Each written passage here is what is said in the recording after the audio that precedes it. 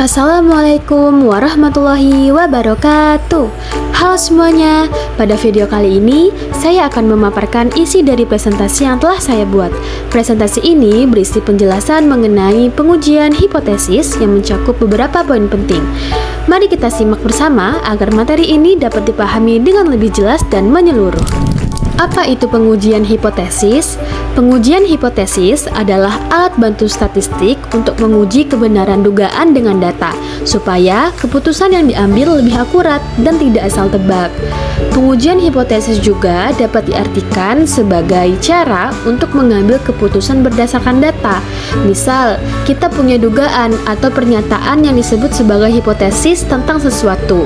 Lalu, kita ingin tahu apakah dugaan itu benar atau tidak.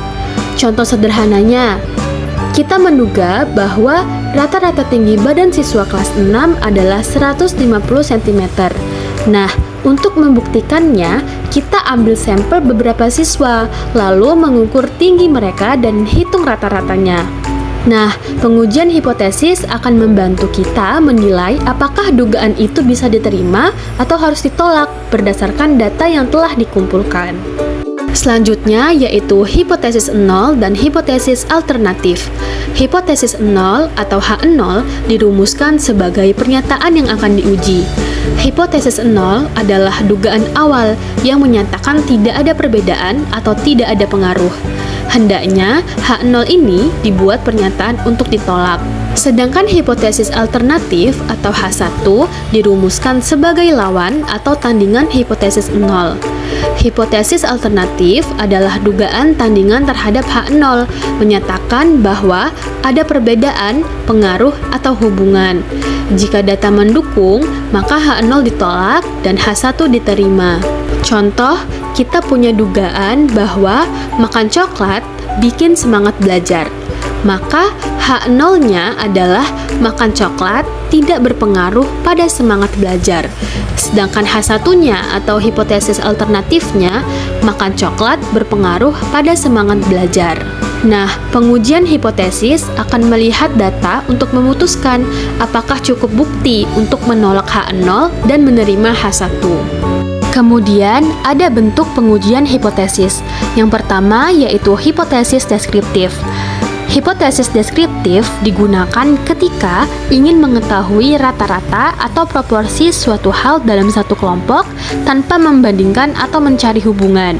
Contoh misalkan, seorang guru ingin mengetahui apakah rata-rata nilai matematika siswa kelas 6 lebih dari 75. Maka H0-nya dapat kita tulis mu kurang dari sama dengan 75, yang artinya rata-rata sama atau kurang dari 75. Sedangkan H1-nya dapat kita tulis mu lebih dari 75. Lalu yang kedua yaitu hipotesis komparatif. Hipotesis komparatif digunakan ketika peneliti ingin membandingkan dua atau lebih kelompok, melihat mana yang lebih tinggi, siapa yang lebih bagus, dan adakah perbedaan antara keduanya. Contoh, seorang pendidik ingin mengetahui hasil belajar siswa SD kelas 4. Apakah nilai matematika siswa laki-laki lebih tinggi dari siswa perempuan? Maka H0 dapat kita tulis mu1 sama dengan mu2, yang artinya tidak ada perbedaan antara nilai siswa laki-laki dengan nilai siswa perempuan. Sedangkan H1-nya atau hipotesis alternatifnya dapat kita tulis mu1 tidak sama dengan mu2, artinya ada perbedaan nilai antara siswa laki-laki dan siswa perempuan. Kemudian yang ketiga yaitu hipotesis asosiatif. Hipotesis asosiatif digunakan ketika peneliti ingin mengetahui apakah ada hubungan antar variabel.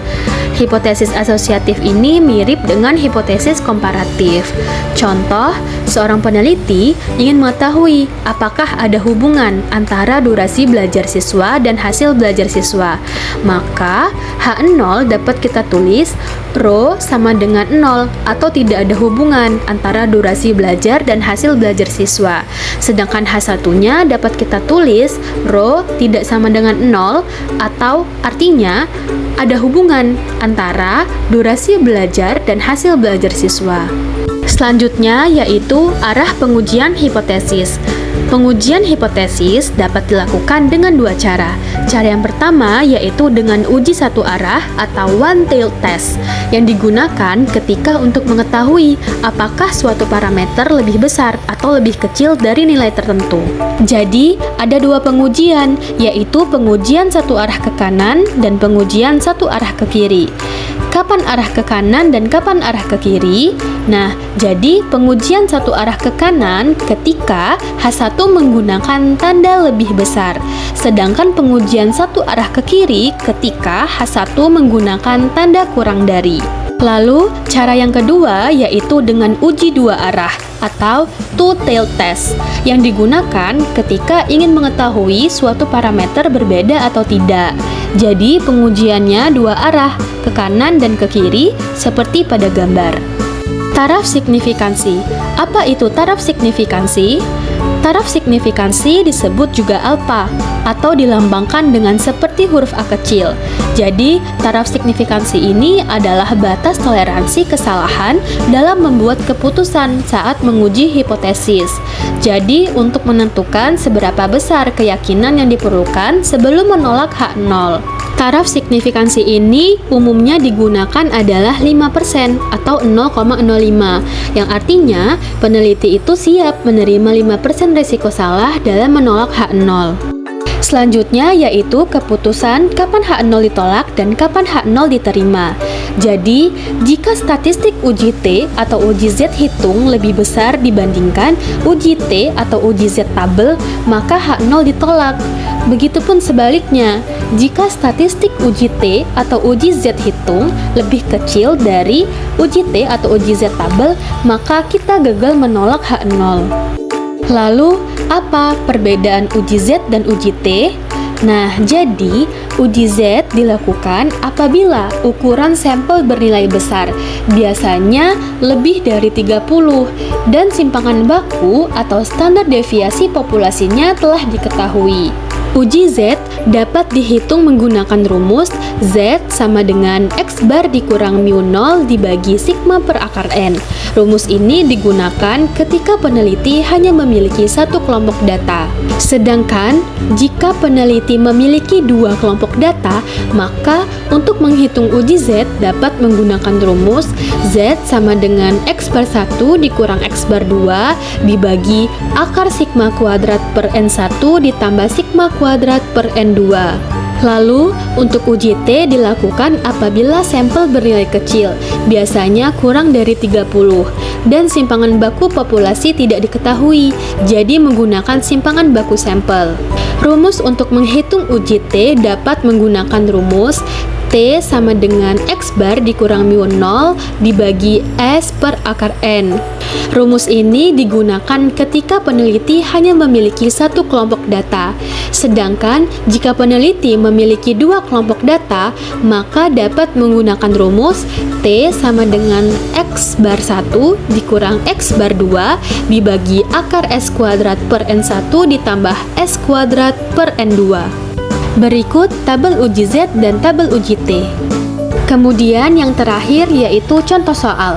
Soal pertama, sebuah perusahaan ingin mengetahui apakah program pelatihan baru yang diberikan kepada karyawannya dapat meningkatkan produktivitas kerja. Produktivitas karyawan sebelumnya diketahui rata-rata 50 unit per hari, dan perusahaan yakin program ini akan meningkatkan produktivitas.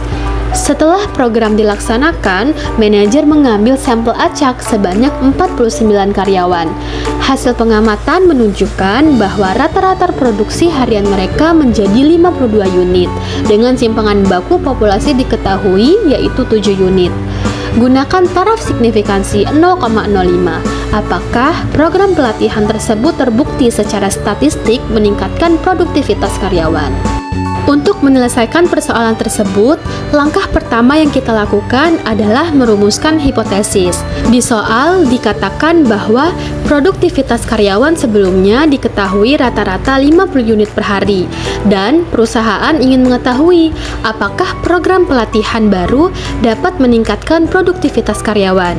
Maka, rumusan hipotesisnya dapat kita tulis H0 sama dengan mu kurang dari 50, yang artinya tidak ada peningkatan produktivitas pada karyawan.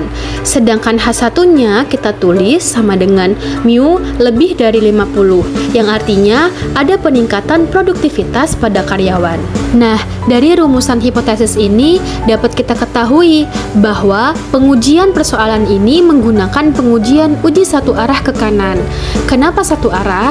Karena tujuan pengujian untuk membuktikan adanya peningkatan produktivitas pada karyawan.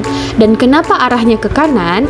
Karena H1 menggunakan tanda lebih besar seperti yang sudah dijelaskan sebelumnya.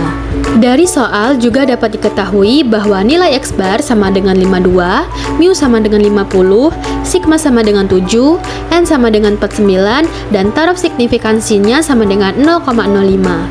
Langkah selanjutnya, kita menghitung nilai Z hitung. Mengapa kita menggunakan uji Z? Karena seperti yang telah dijelaskan sebelumnya bahwa jika sampel bernilai besar atau lebih dari 30, maka kita menggunakan uji Z.